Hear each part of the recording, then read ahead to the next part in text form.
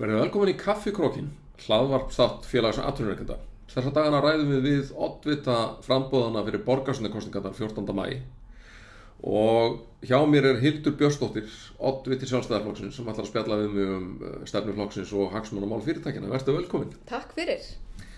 Þetta svona stutt og snörp barátta fyrir þessar borgarstjórnarkosningar. Já, hún óvenjulega stutt og snörp. Já. Og ekki síst að tekur með að baráttunni fyrir 4 árum, þá var hún frekar löng.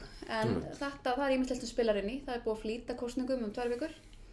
Og svo páskarnir seint, þannig að... Já, en hvað náið til dæmis að heimsækja fyrirtæki og svona eins og nú klassískt í kosningabaráttu? Já, við tókum kosningabaráttu? nú 100 heimsóknir eins og við kallum það fyrir páska, þannig að við náðum því og við erum nú reyndar hvergi nærri hætt og bætum í og erum ennþá í þessum heimsóknum okkar.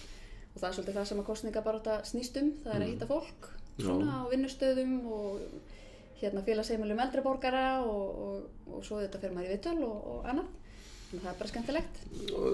Hvað fólk að tala í fyrirtækinu? Hvað brennur á fólki sem að reka fyrirtæki í Reykjavík? Hvað vil fólk heyra frá okkur? Það ótrúlega margt, en ef maður súmmar það niður og reynir að hafa það einfalt, þá verið að tala annars vegar atvinnulóðir, svona stærri aðilar sem að hafa jafnvel valið að flýja borgina þeirri ástæðu. Það hér skortir fleiri atvinnulóðir. Það svolítið mikið talað kerfið, að það sé þungt og ósveigjanlegt, jafnvel óvinnveitt.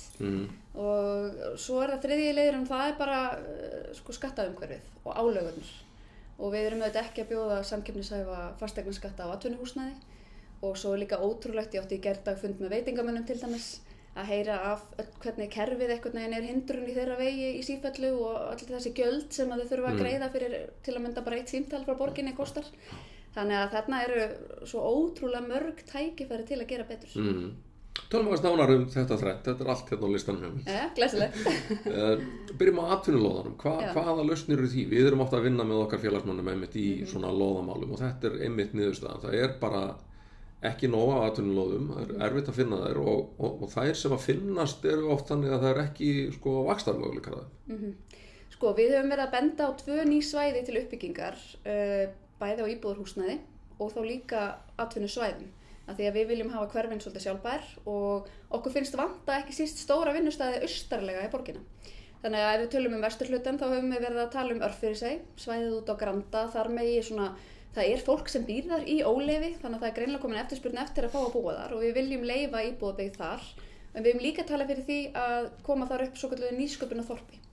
Við erum að sjá að á næstu árum þá munum við þurfa fleiri þúsund erlenda sérfræðinga hingað til lands til að geta staðið undir nýsköpun og verðmætasköpun í samfélaginu og þá þurfum við auðvitað að bjóða þessum erlendu sérfræðingum spennandi borgarumhverfi og svæði til að reisa sér nýsköpunarfyrirtæki. Þannig að við sjáum Örfirisey sem spennandi kost þar, ekki síst vegna þess að eini alþjóðlegi skólinn, grunnskólinn í Reykjavík Landakotsskóli, einkarekinn skóli og hann þar í námunda. Svo höfum við bent á Keldnalandið. Og það þetta flennistórt svæði og þar sjáum við fyrir okkur blandaða íbúðabyggð en líka atvinnulóðir. Og því við viljum að austurhluti borgarinnar sé aðeins sjálfbærari og við getum létt á þessum umferðarstraumum sem liggja alltaf vestur á mótni og austur síðdegis að við getum boðið fólkinu sem þar býr atvinnutækifæri nærri sínum heimahögum. Þannig að þetta hefur svona margvíslega jákvæð áhrif að þetta geta laðað atvinnufyrirtæki og stór fyrirtæki að því að byggja sínar höfuðstöðvar hér í borginni en líka fólki að geta unnið þá nærri sínu heimili. Og á þetta þá við öll fyrirtæki, við höfum stundum sagt eftir okkar samskipti við borgin og okkur sýnist að það eigi allir að geta gengið og hjólað í vinnuna nema þeir sem verða mögulega óhreinir á höndunum í vinnunni. Já, ef það einhver svona þyngri iðnaður eða eitthvað slíkt eða einhver þannig starfsemi verkstæði eða slíkt og það helst bara að vera einhver staðar upp til Esju. Akkurat. Þetta þarf auðvitað bara alltaf skipuleggja heildstætt og það það sem svo spennandi eins og við Keldnalandið. Það bara algjörlega auður stríi og það þetta skipuleggja það algjörlega frá grunni og hafa svona þessa heildarmynd. Auðvitað kannski sér maður ekki fyrir sér einhverja þunga starfsemi eða verkstæði alveg við hliðina á heimili en það þetta skipuleggja það einhvern veginn í aðri byggðarinnar þannig að það bara tækifæri í því að hafa svona auðan striga á svæði eins og þessu þar sem fer saman atvinnutækifæri og búsetta fólks. Þú nefndir þjónustu borgarinnar. Við heyrum margar sögur af svona gamaldags og seinvirkri þjónustu. Ég varðandi til dæmis leyfisveitingar og annað slíkt. Ég fekk einu sinni sent blað, eða ég held að það hafi verið reyndar alveg upp til 3 síður. Já. Það var stjórnandi í aðildafyrirtæki hjá okkur sem hafði skráð hjá sér öll samskipti við borgina vegna endurnýjunar á rekstrarleyfi. Og þetta voru 25 símtöl eða tölvupóstar. Já. Ferli tók 5 mánuði og þegar ég fikk þetta sent þá var það ekki búið, sko. Já. Starfsmaður byggingafulltrúa hafði gleymt að mæta í lokaúttekt, starfsmaður borgarinnar hafði gleymt að senda eitthvað PDF, eyðublað sem þurfti að fylla út. Er ekki alveg rosaleg tækifæri að það bæta þjónustuna að það sé til dæmis hægt að afgreiða allt bara á einum stað á netinu? Jú, þarna nefnilega alveg svakaleg tækifæri. Þetta svona sem ég myndi kalla á mjög vondri íslensku low hanging fruit, þú veist, eitthvað sem við getum bætt í borginni. Ef við tökum fyrir þessa afgreiðslufresti sem að geta auðvitað verið mjög slegandi fyrir atvinnurekendur og líka eins og húsbyggjendur og fleiri sem að sitja uppi með mikinn fjármagnskostnað bíðandi eftir afgreiðslu. Við tölum fyrir því að stytta þessa afgreiðslufresti þannig að þeir séu aldrei lengri en 30 dagar. Og auðvitað 30 dagar er langur tími en margir eru að bíða í marga mánuði eftir afgreiðslu sinna erinda. Og fyrsta skrefið væri að stytta þetta í 30 daga en framtíðarsýnin væri að það væri 2 vikur jafnvel eins og við sjáum til að mynda hjá byggingafulltrúa í Oslo. Þannig að þarna eru mörg tækifæri til að laga. Við viljum líka að þessi kerfi öll séu rafræn og ég var nú með tillögu það á kjörtímabilinu, ekki síst eftir að veitingamenn stigu margir upp og lýstu raunum sínum af kerfinu, hvað það væri löng bið eftir að fá allir þessi leyfi og hvað kerfi virðist ekki tala saman og gögnum sem er skilað inn til borgarna og jafnvel týnt. Þannig að þetta var ótrúlega brösuleg reynsla sem þau höfðu. Þannig ég lagði þarna til að þetta er allt saman sett bara í eitthvað rafrænt kerfi þar sem að atvinnurekendur og þeir sem eru að sækja leyfi skrá sig bara inn á þetta kerfi og geta þá fengið líka bara mjög skýra leiðbeiningar það hvað þarftu að uppfylla. Þú ert til að mynda að opna veitingastað. Það er enga leiðbeiningar sem þú fær frá borginu öll skrefin sem þú þarft að stíga, leyfin sem þú þarft að fá og allt þetta. Þannig að það er svona eins og borgin sé ekki sinna sinni leiðbeiningaskyldu sem stjórnvald sem hún ásannarlega verið að gera. Og það sem að ég heyri svo mikið, af því að nú er ég aftur að tala veitingamenn, en þetta á við mun fleiri, sem lýsa margir þeirri reynslu að hafa opnað veitingastað eða jafnvel skipulagt hátíð eða eitthvað slíkt í öðrum sveitafélögum. Og þar er viðmótið takk fyrir að koma hérna í okkar sveitafélag og hefja hér rekstur og gera eitthvað skemmtilegt og auka flóruna hérna fyrir íbúana. En þegar að fólk ætlar að gera það sama í Reykjavík, þá er viðmótið einhvern veginn að borgin mætir þeim og hugsar hvernig ertu að reyna að svindla á okkur? Að það er svona neikvætt viðmót og ég vil bæta þarna að það fara að bæta viðmóti, það er svolítið vandamál og bara auka svolítið þjónustu lundina að borgin sé til staðar fyrir þá sem eru að koma með góða hugmynd, vilja koma inn til framkvæmda, að við séum stuðningsapparat sem að hjálpum fólki að svona sköpum þennan frjóa jarðveg og hjálpum fólki að hrinda hlutunum í framkvæmd.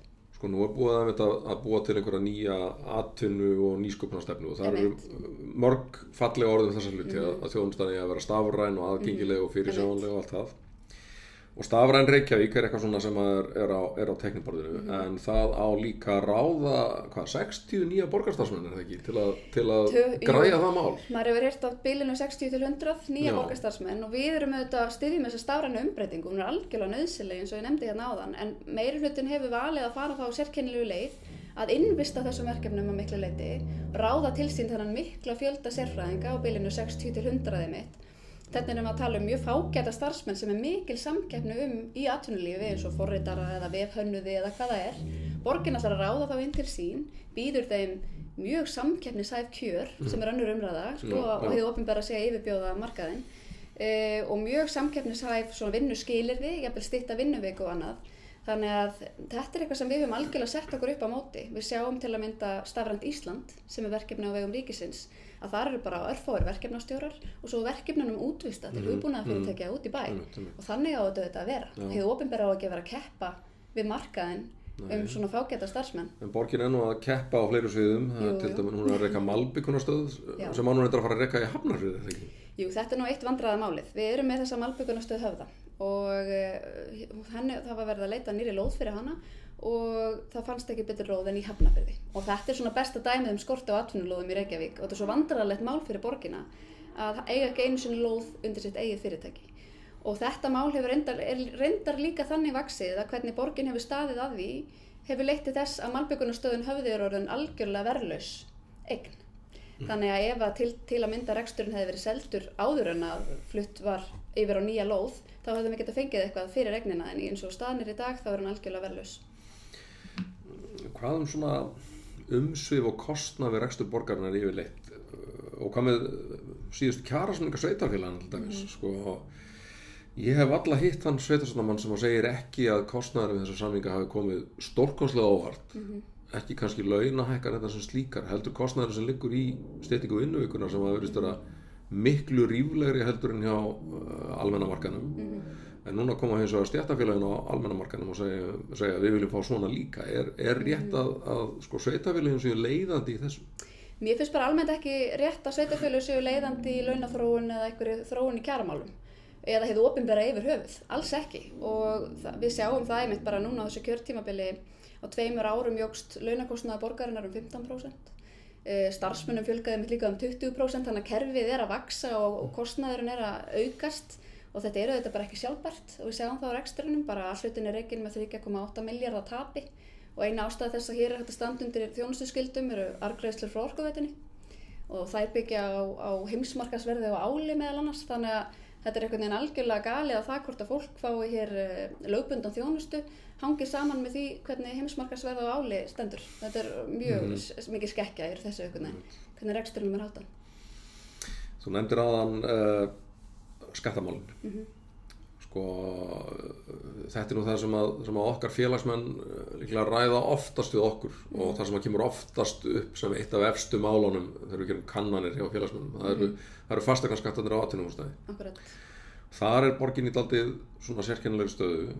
Sem sagt, skatturinn hér sá hæsti á höfuðborgarsvæðinu, 1,6% á móti til dæmis 1,4% í Hafnarfirði. Á undanförnum 6 árum hafa skattgreiðslur fyrirtækja af sínu húsnæði hækkað milljarð á ári. Það 70% hækkun rúmlega. Hvað viljið þið gera í þessu? Ertu með einhverja tölu sem þið mynduð vilja fara með skatti? Einmitt, við tölum fyrir því að lækka fasteignaskatta af atvinnuhúsnæði. Ég ekki með tölu en ég hef sagt ég vilji færa okkur nær Hafnarfirði. Í þetta 1,4% sem þú nefnir, ég enda lít oft til Hafnarfjarðar með mjög marga hluti, hvort sem við erum að tala leikskólana eða eldri borgara eða atvinnulíf. Við erum svolítið búin að vera að keppa við Hafnarfjörð og tapa fyrir Hafnarfirði í baráttu eins og Malbikunarstöðin Höfða. Þau buðu betur í lóðamálum þar. Tækniskólinn þar í Hafnarfjörð, Icelandair, mörg stór fyrirtæki og þannig að þau að gera ansi vel og það sjálfsagt að líta til þeirra sem að gera vel. Þannig að já, eins og ég segi, ég myndi vilja færa töluna nær Hafnarfirði og við skiljum það líka og þetta svona sjálfstæðisflokkurinn og okkar hugmyndafræði, við skiljum að það hægt að lækka skatta á atvinnulíf en samt stækka kökuna sem við höfum úr að móða. Vegna þess að ef við erum ekki með aðlaðandi umhverfi fyrir atvinnulíf og fyrir verðmætasköpun í borginni, þá fara þessi fyrirtæki annað og ekki að greiða skatta hér í borginni. Þannig að við þurfum að skapa þetta aðlaðandi umhverfi, þetta hagstæða skattaumhverfi, þessar atvinnulóðir og þetta einfalda kerfi til að fyrirtækinu vilji vera hér. Að skapa sín verðmæti hér, að íbúarnir okkar eigi tækifærin hér. Það hangir allt saman og skiptir greiðarlega miklu máli.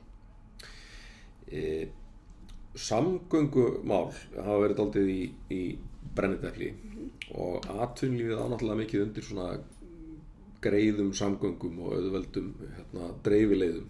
Við höfðum nú fyrir nokkrum árum frumkvæðið því hjá FA að taka upp samtal við borgina vörudreifingu í miðbænum og fengur þetta góðar undirtektir við því og það hefur skilað miklu svona meira samstarfi og skilningi og sérstökum vörudreifingarstæðum og einhverju svona.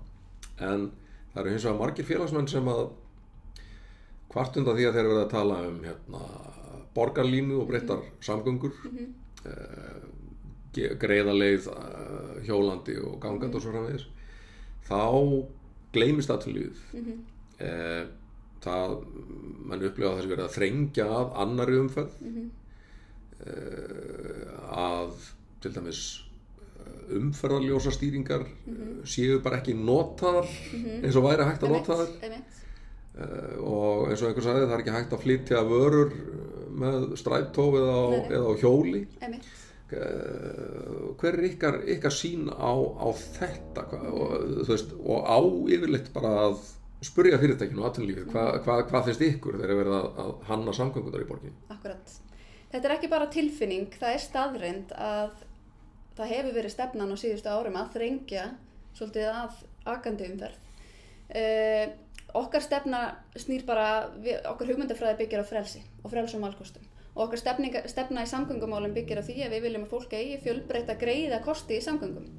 að því þú talar sérstaklega borgarlínu, að þá viljum við auðvitað efla almenningssamgöngur, en við segjum það sérstaklega og það segir í okkar stefnu að við viljum gera það á forsendum íbúa og atvinnurekenda einmitt. Þá þarf að eiga þetta samtal og það eru auðvitað þannig að þó að það séu auðvitað æskilegt með þessa gríðarlegu íbúafjölgun sem við sjáum fram á næstu áratugum, þá verðum við auðvitað að fjölga valkostum í samgöngum og við verðum að bjóða þeim sem að vilja hafa hér öflugar almenningssamgöngur eða geta hjólað, við verðum að bjóða fólki upp á þann kost.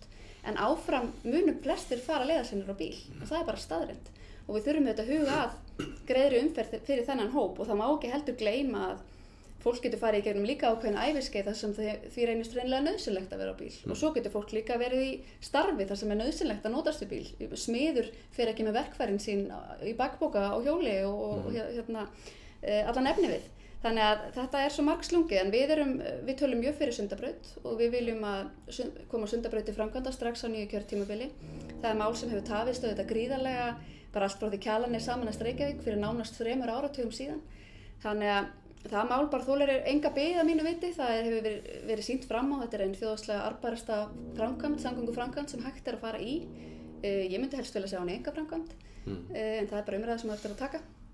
Þannig að það er eitt mál sem við setjum algjörlega á oddinn og svo eins og nefnir þessar ljósastýringar þá er það líka snjalla ljósastýringar alla borg, eitthvað sem við sjáum fyrir okkur á sama tíma og við viljum auðvitað hjólreiðabyltingu í borginna og öflugar almenningssamgöngur. Við viljum bara frjálsa valkosti fyrir fólk, hér séu greiðar samgöngur fyrir alla og við trúum því að það sé hægt að efla almenningssamgöngur án þess að þrengja að öðrum kostum í samgöngum. Ja, hvort ekki hægt. Já. Þarf ekki að mjólka Suðurlandsbrautina það þarf ekki að mjólka Suðurlandsbrautina og ég er sérstaklega búin að ræða það við þá aðila sem að sjá framkvæmdina, þess þarf ekki. Húsnæðismálin eru stórt mál held ég þessari kosningabaráttu út frá ýmsum vinklum sko, þegar við horfum að það út frá hagsmunum bara rauninni allra fyrirtækja, ekki bara þeirra sem eru einhvern veginn í bygginga eða leigubransa eða eitthvað slíkt, þá sko, hefur náttúrulega þessi ábáslega hækkun á húsnæðisverði og húsnæðiskostnaði skaðað hagsmuni fyrirtækja, þetta ýtir undir verðbólgu og ýtir að sjálfsögðu sko, undir þrýsting á launahækkanir. Hvað er hægt að gera til að lækka húsnæðisverð og lækka húsnæðiskostnað fólks? Einmitt. Það hefur auðvitað verið þessi gríðarlegi húsnæðisvandi í borginni og á höfuðborgarsvæðinu öllu þetta og þó það sé ekki bara ein skýring, einhver eitt sökudólgur en þá eru auðvitað hluti af vandanum er húsnæðisstefna borgarinnar. Það hefur verið eingöngu einblínt á að þétta byggð á mjög dýrum þéttingareitum og mjög afmörkuðum svæðum og ég vil nú fá að taka fram að við styðjum þéttingu byggðar. Það er konsept sem er mjög gott og gilt í eðli sínu og í rauninni svolítið hægri mennska byggir á því að nýta þá innviði sem til eru betur, sem eru vannýttir. En það sem hefur verið gert í núverandi þéttingarstefnu er að byggja það sem innviðir eru sprungnir. Og það er svo sérkennilegt. Það er verið að byggja í Vesturbænum og í Laugardalnum og áformum við bústaðaveginn og fleiri stöðum.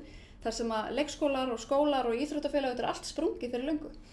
Við erum meira, þegar ég tala þéttingu, þá erum við að horfa á til að mynda byggjum í staðarhverfinu í Grafarvogi. Það er skóli sem þurfti að loka á kjörtímabilinu því að vantaði börn. Byggjum þar. Klárum Úlfarsárdalinn. Það er stórt svæði sem hægt er að skipuleggja lóðir og þetta eru 2 staðir hægt að byrja að byggja þarna strax. Leifum aukna byggð á Kjalarnesi. Það er líka skóli sem að mögulega mun ekki bera sig þegar að börnin úr Kjósinni fara að ganga mögulega í skóla á Akranesi eða í Hvalfjarðarsveit. Þannig að þetta eru tækifæri til að þétta. Við tölum líka fyrir því að skipuleggja ný svæði og það er eins og ég nefndi áðan var Örfirisey og Keldnalandið. Og það má líka nefna sérstaklega því mér finnst svo sérkennilegt hvernig meirihlutaflokkarnir hafa verið ósáttir við hugmyndir okkar að byggja á Keldnalandinu. Það að borgarlína komist til framkvæmda eða þessi samgöngusáttmáli hangir algjörlega saman með Keldnalandinu því að hluti af því hvernig á að fjármagna þennan samgöngupakka er sala á Keldnalandinu. Ríkið leggur Keldnalandið í púkið. Þannig að við þurfum að skipuleggja það, við þurfum að selja það og við þurfum að hafa uppbyggingu þar til þess að fá innspýtingu inn á húsnæðismarkaðinn og það muni auðvitað hafa áhrif til lækkunar á húsnæðisverð. Þannig að já, þétting og ný hverfi. Það er aftur eins og þetta með borgarlínuna. Það er bæði hægt að efla almenningssamgöngur og greiða fyrir umferð. Það er hægt að þétta og byggja nýtt. Valkostir. Við erum ekki öfgaflokkur og við teljum að meirihlutaflokkarnir hafi verið í eins konar menningarstríði í borginni. Það er einhvern veginn bara ein lausn fyrir alla og þá bara skipuleggja svona einn lífstíl fyrir alla borgarbúa. En maður sér það auðvitað og veit að í samfélaginu býr bara alls konar fólk og við viljum ekkert öll það sama. Og hér eru við með fjölbreytt borgarhverfi og þau eiga endilega að fá að vera það áfram. Lífstíllinn í Vesturbænum er allt öðruvísi en lífstíllinn í Úlfarsárdalnum og þannig á það bara að vera því þá hefur fólk frjálsa valkosti og þannig viljum við hafa það. Að lokum, ef þú getur svarað bara svona í stuttumáli, akkur ætti fólk sem að er að reka fyrirtæki að langar til að stofna fyrirtæki í Reykjavík að kjósa Sjálfstæðisflokkinn? Að því við erum eini flokkurinn sem setur málefni atvinnulífsins á dagskrá og við erum með mjög svona skýra nálgun á það. Við ætlum okkur að fjölga atvinnulóðum í borginni, við ætlum okkur að lækka fasteignaskatta á atvinnuhúsnæði og við ætlum okkur að einfalda kerfið, gera það rafrænt, skilvirkt, stytta afgreiðslufresti. Og þetta er ekki eitthvað bara sem við segjum. Við sjáum það að það eru flokkar núna við völd sem hafa verið að tala ýmislegt árabil. Þetta hefur ekki komist til framkvæmda. Og við erum ekki að bjóða okkur fram og gefa kost á okkur til þess að setjast í ykkur og hlýja stóla og gera svo ekki nokkuð skapaðan hlut. Við ætlum okkur að framkvæma. Hildur Björnsdóttir, oddviti Sjálfstæðisflokksins, þakka þér kærlega fyrir komuna í Kaffikrokkinn. Takk fyrir mig.